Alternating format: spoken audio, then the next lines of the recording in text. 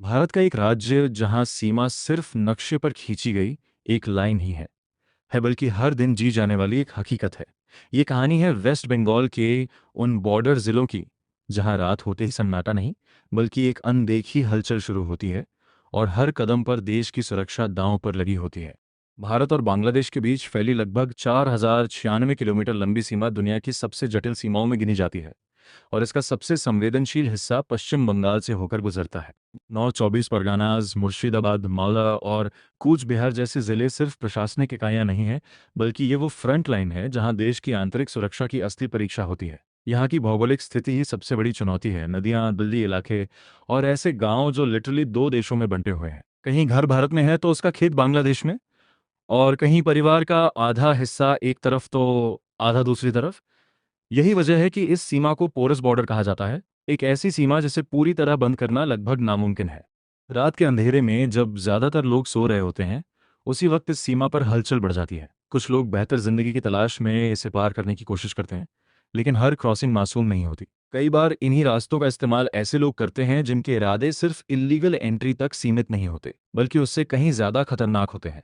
इस पूरी सीमा की निगरानी करती है बॉर्डर सिक्योरिटी फोर्स, जिसके जवान हर मौसम, हर परिस्थिति में यहाँ तैनात रहते हैं। बीएसएफ के लिए ये सिर्फ ड्यूटी नहीं बल्कि एक कंटिन्यूअस वॉर है, एक ऐसी लड़ाई जो हेडलाइंस में कम और ग्राउंड पर ज्यादा लड़ी जाती है। लेकिन ये कहानी सिर्फ इन्फिल्ट्रेशन तक सीमित नहीं है। ये सीमा एक बड़े अंडरग्राउंड नेटवर्क का हिस्सा भी बन चुकी है। यहाँ कैटल स्मगलिंग एक बहुत बड़ा बिजनेस है, जिसमें ऑर्गेनाइज्ड गैंग्स शामिल होते हैं जो रात के अंधेरे में जानवरों को सीमा पार करवाते हैं। इसके अलावा फेक इंडियन करेंसी यानी नकली नोटों का नेटवर्क भी यहीं से ऑपरेट होता है, जो देश की इकोनॉमी को नुकसान पहुंचाने की कोशिश करता है। और फिर आता है ड्रग्स ट्रैफिकिंग, एक ऐसा खतरा जो सिर्फ बॉर्डर तक सीमित नहीं रहता बल्कि देश के अंदर गहराई तक फैल जाता है। ये सब एक्टिविटीज आइसोलेटेड नहीं है, बल्कि एक ऑर्गेनाइज सिस्टम का हिस्सा है, जिसमें लोकल फैसिलिटेटर से लेकर इंटरनेशनल हैंडलर्स तक जुड़े होते हैं। अब अगर इसमें पॉलिटिक्स जुड़ जाए तो सिचुएशन और जटिल हो जाती है। पश्चिम बंगाल की राजनीति हमेशा से इंटेंस रही है, लेकिन बॉर्डर डिस्ट्रिक्ट्स में इसका इम्पैक्ट और ज्यादा गहरा होता है।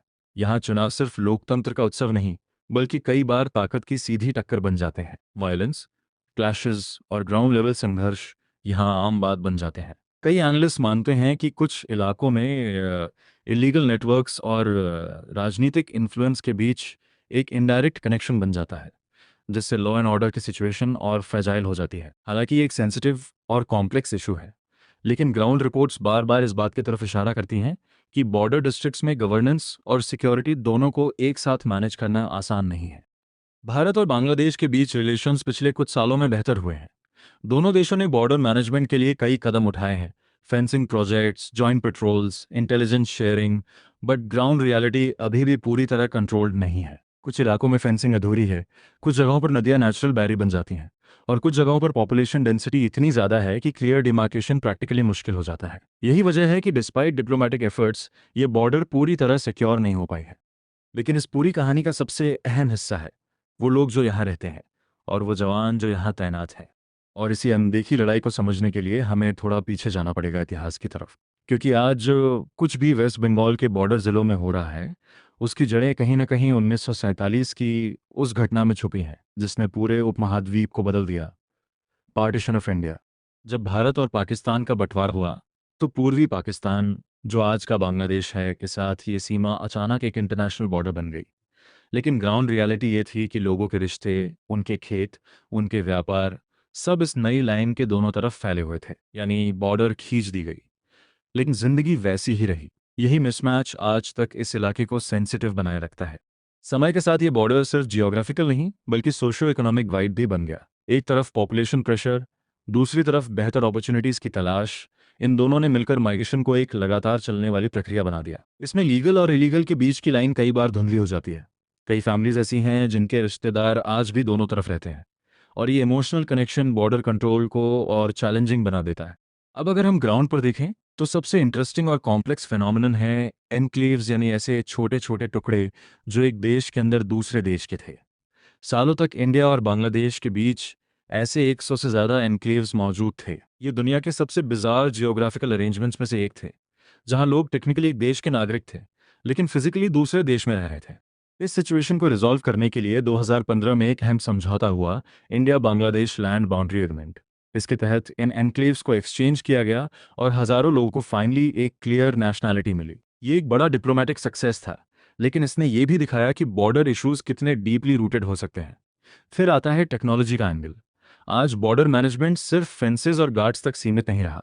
Thermal imaging, night vision drones, smart fencing systems, ये सब डिप्लॉय किए जा रहे हैं ताकि इन्फिल्ट्रेशन और स्मगलिंग को रोका जा सके। लेकिन प्रॉब्लम यह है कि टेक्नोलॉजी भी हर जगह इक्वली इफेक्टिव नहीं होती। जहां डेंस पॉपुलेशन है या नदी का फ्लो लगातार बदलता रहता है, वहां सर्वेलेंस मेंटेन करना बेहद मुश्किल हो जाता है। इसी बीच एक और सेंसिटिव इश्यू सामने आता है, डेमोग्राफिक चेंजेस। कई रिपोर्ट्स और डिबेट्स में ये दावा किया जाता है कि बॉर्डर डिस्ट्रिक्ट्स में पॉपुलेशन पैटर्न बदल रहा है, जो फ्यूचर में राजनीतिक और सोशल डायनामिक्स को प्रभावित कर सकता है। हालांकि ये एक हाईली डिबेटेड टॉपिक है और इसे लेकर अलग अलग पर्सपेक्टिव्स मौजूद हैं।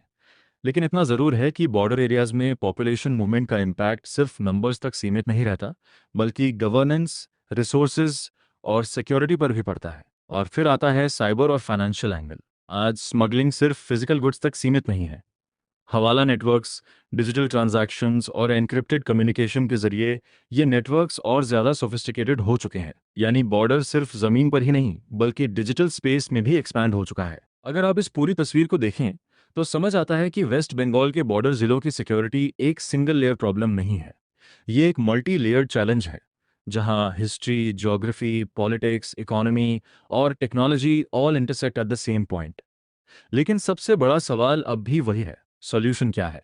क्या सिर्फ फेंसिंग और सिक्योरिटी फोर्सेस इस प्रॉब्लम को खत्म कर सकते हैं, या फिर इसके लिए ब्रॉडर अप्रोच की ज़रूरत है, जहां डेवलपमेंट, अवेयरनेस और cross border cooperation equally important हो?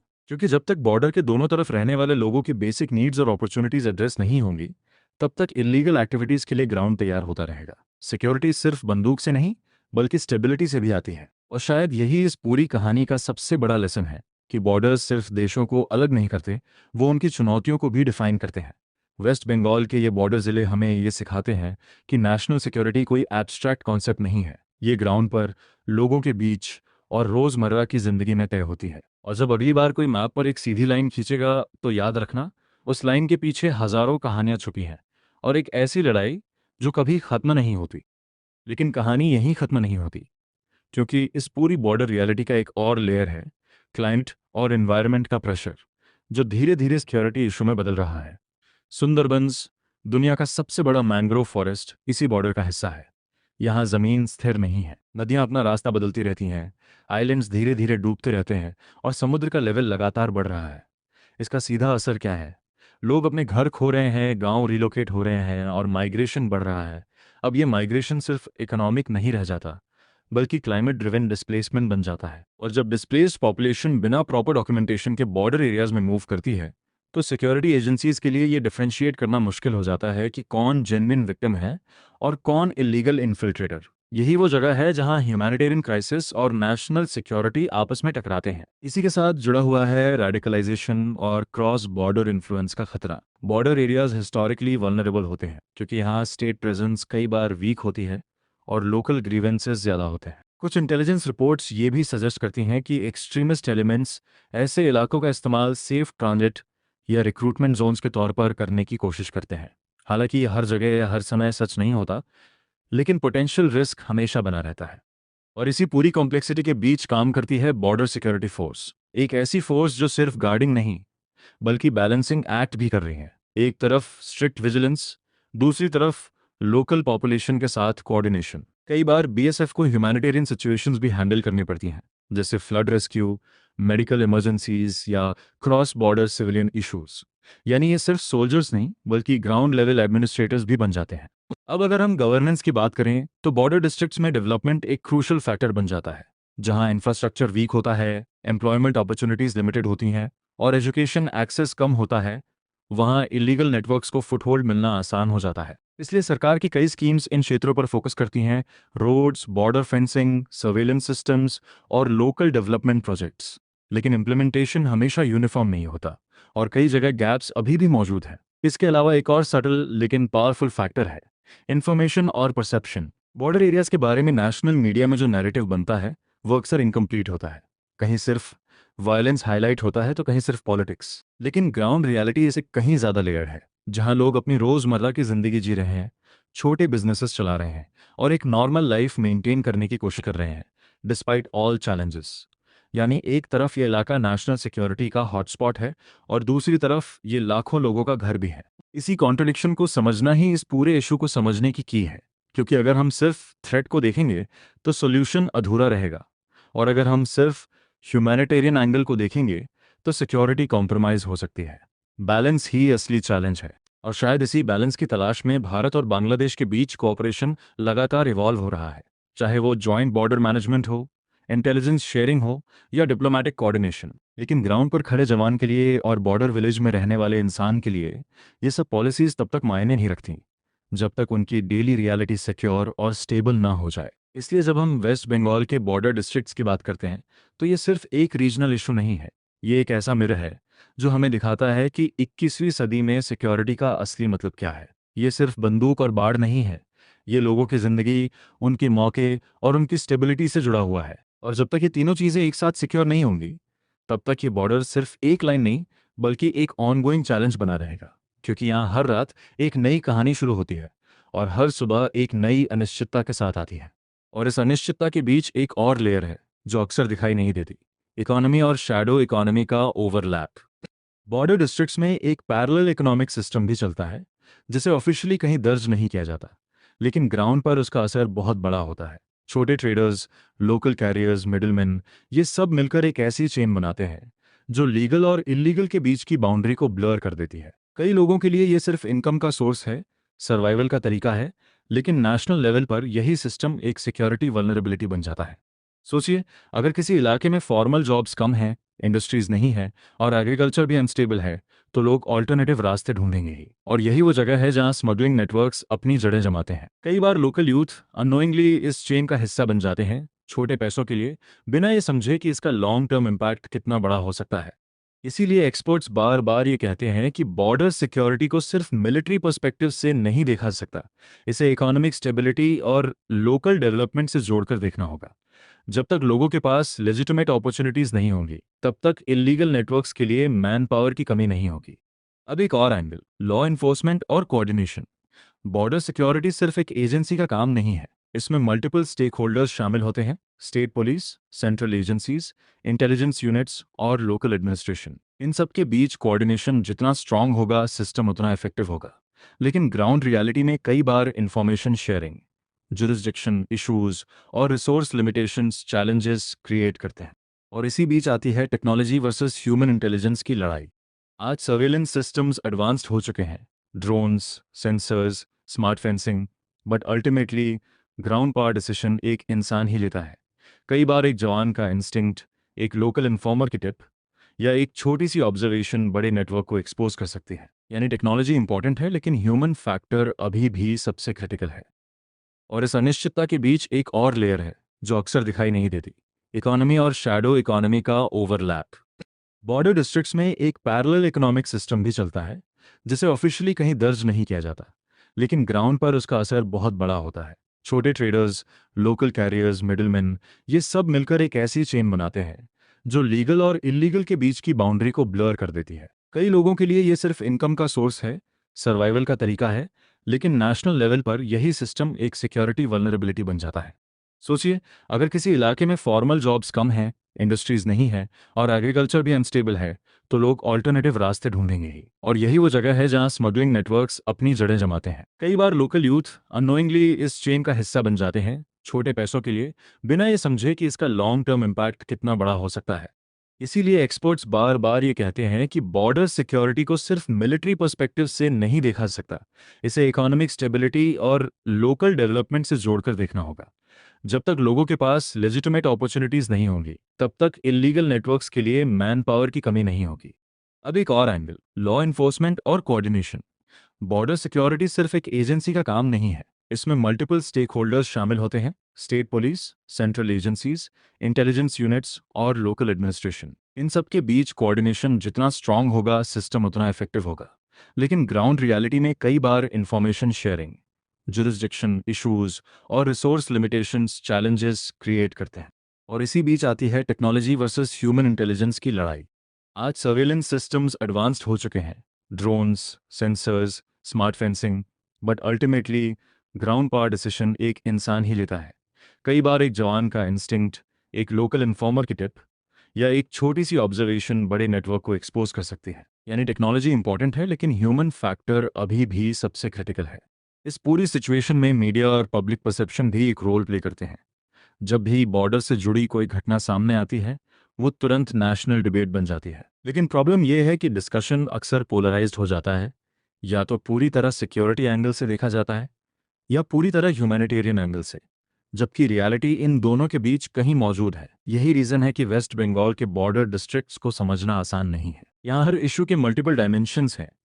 एक ही घटना को अलग अलग पर्सपेक्टिव से देखा जाता है और हर पर्सपेक्टिव अपने आप में पार्शियल ट्रूथ हो सकता है। और इसी कॉम्प्लेक्सिटी के कारण पॉलिसी मेकिंग भी चैलेंजिंग हो जाती है। कोई भी डिसीजन, चाहे वो फेंसिंग बढ़ाने का हो, सर्वेलेंस टाइटन करने का हो या लोकल डेवलपमेंट प्रोजेक्ट्स लॉन्च करने का, उसका इम्पैक्ट मल्टीपल लेवल्स पर पड़ता है। एक कदम सिक्योरिटी को मजबूत कर सकता है, लेकिन उसी के साथ लोकल लाइवलीहुड पर प्रेशर भी डाल सकता है। तो फिर रास्ता क्या है? शायद जवाब किसी एक एक्सट्रीम में नहीं है। नहीं पूरी तरह ओपन बॉर्डर सॉल्यूशन है और नहीं पूरी तरह सील्ड बॉर्डर प्रैक्टिकल है। सॉल्यूशन एक लेयर्ड अप्रोच में छुपा है, जहां सिक्योरिटी, डेवलपमेंट, डिप्लोमेसी और community engagement all work together. क्योंकि अल्टीमेटली बॉर्डर सिर्फ दो देशों के बीच की दूरी नहीं होती, वो एक कनेक्शन भी होती है, ट्रेड का, कल्चर का, हिस्ट्री का। और अगर इस कनेक्शन को सही तरीके से मैनेज किया जाए तो यही बॉर्डर एक रिस्क जोन से एक अपॉर्चुनिटी जोन भी बन सकती है। लेकिन इसके लिए ज़रूरी है अंडरस्टैंडिंग, डीप, ऑनेस्ट और अनबायस्ड अंडरस्टैंडिंग। और शायद यही इस पूरी डॉक्यूमेंट्री का मकसद है, कि हम हेडलाइन से आगे बढ़कर ग्राउंड रियलिटी को समझ सकें। क्योंकि जब हम वेस्ट बंगाल के इन बॉर्डर जिलों देखते हैं तो हमें सिर्फ खतरा नहीं दिखता, हमें एक ऐसा सिस्टम दिखता है जो लगातार इवॉल्व हो रहा है, चैलेंजेस के साथ, कॉन्ट्रैक्शंस के साथ और पॉसिबिलिटीज़ के साथ। और आखिर में सवाल वही आ जाता है, क्या हम इस इवॉल्विंग रियलिटी को समझने के लिए तैयार हैं या फिर हम इसे सिर्फ एक और बॉर्डर इशू मानकर इग्नोर कर देंगे? क्योंकि सच्चाई ये है, यहाँ जो हो रहा है वो सिर्फ एक राज्य की कहानी नहीं है, ये भारत की सिक्योरिटी का एक क्रूशियल चैप्टर है। अब इस पूरी तस्वीर में एक और लेयर जुड़ती है, लोकल पावर स्ट्रक्चर्स की, जिनका असर बॉर्डर डिस्ट्रिक्ट्स में सबसे ज़्यादा महसूस होता है। इन इलाकों में कई बार सत्ता सिर्फ सरकारी दफ्तरों तक सीमित नहीं रहती, बल्कि ग्राउंड पर कुछ ऐसे इनफॉर्मल नेटवर्क्स बन जाते हैं जो असल कंट्रोल अपने हाथ में रखते हैं। ये नेटवर्क्स कैसे काम करते हैं? गांव के लेवल पर छोटे कॉन्ट्रैक्टर्स, लोकल स्ट्रॉन्गमैन और ग्राउंड लेवल इन्फ्लुएंसर्स मिलकर एक ऐसा सिस्टम बनाते हैं जहां बिना उनकी परमिशन के कुछ भी आसानी से नहीं होता। चाहे वो कंस्ट्रक्शन हो, ट्रांसपोर्ट हो या इवन बेसिक सर्विसेज, हर चीज़ पर एक अनऑफिशियल कंट्रोल देखने को मिलता है। इसी को कई जगहों पर लोग सिंडिकेट सिस्टम के नाम से जानते हैं। अब प्रॉब्लम कहाँ आती है? जब ये इन्फॉर्मल सिस्टम्स धीरे धीरे फियर और कंट्रोल पर चलने लगते हैं। लोकल बिजनेसेस से फोर्स्ड इन्वॉल्वमेंट, सप्लाई चेन्स पर दबाव, चुनाव के दौरान इंटिमिडेशन और कई बार ओपन क्लैशेस। बॉर्डर डिस्ट्रिक्ट्स में ये सिचुएशन और सेंसिटिव हो जाती है, क्योंकि यहाँ ऑलरेडी इलीगल नेटवर्क्स मौजूद होते हैं। जब राजनीतिक इन्फ्लुएंस, लोकल पावर ग्रुप्स और क्रॉस बॉर्डर एक्टिविटीज़ एक ही स्पेस में ओवरलैप करते हैं, तो लॉ एंड ऑर्डर मेंटेन करना और भी मुश्किल हो जाता है।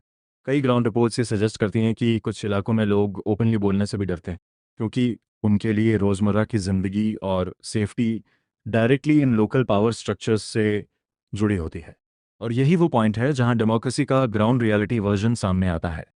कागज़ पर सिस्टम ट्रांसपेरेंट होता है, लेकिन ग्राउंड पर कई लेयर्स एग्जिस्ट करती हैं, जहां इन्फ्लुएंस, प्रेशर और कंट्रोल डिसीजन मेकिंग को अफेक्ट करते हैं। लेकिन इस पूरी कहानी का सबसे अनकंफर्टेबल हिस्सा अब सामने आता है, वो जो कागज़ पर नहीं दिखता लेकिन ग्राउंड पे सबसे ज़्यादा महसूस होता है। बॉर्डर डिस्ट्रिक्ट्स में कई जगह एक ऐसा माहौल बन चुका है जहां कानून की किताब कुछ और कहती है और ज़मीन पर रूल्स कुछ और चलते हैं। यहाँ कंट्रोल सिर्फ प्रशासन के पास नहीं होता, बल्कि कुछ स्थानीय ताकतवर समूहों के पास भी होता है, जो अपने इलाके में एक पैरेलल अथॉरिटी की तरह काम करते हैं। रात होते ही कुछ रूट्स एक्टिव हो जाते हैं, कुछ रास्तों पर आम लोगों का जाना अनसेफ माना जाता है और कुछ इलाकों में आउटसाइडर्स का दिखना ही सवाल खड़ा कर देता है। कई लोकल लोग ऑफ कैमरा बताते हैं कि कुछ जगहों पर बिना परमिशन के बिजनेस करना, सामान ले जाना या कंस्ट्रक्शन शुरू करना आसान नहीं होता। इसे ऑफिशियली कोई नाम नहीं था, लेकिन ग्राउंड पर लोग इसे दबाव, डर और कंट्रोल का सिस्टम मानते हैं। कभी कभी ये दबाव इतना ओपन हो जाता है कि छोटे दुकानदारों से जबरन हिस्सा मांगा जाता है, ट्रांसपोर्ट रूट्स पर अनऑफिशियल चेक पॉइंट्स बन जाते हैं और जो मना करे उसे डराया जाता है या नुकसान पहुंचाया जाता है।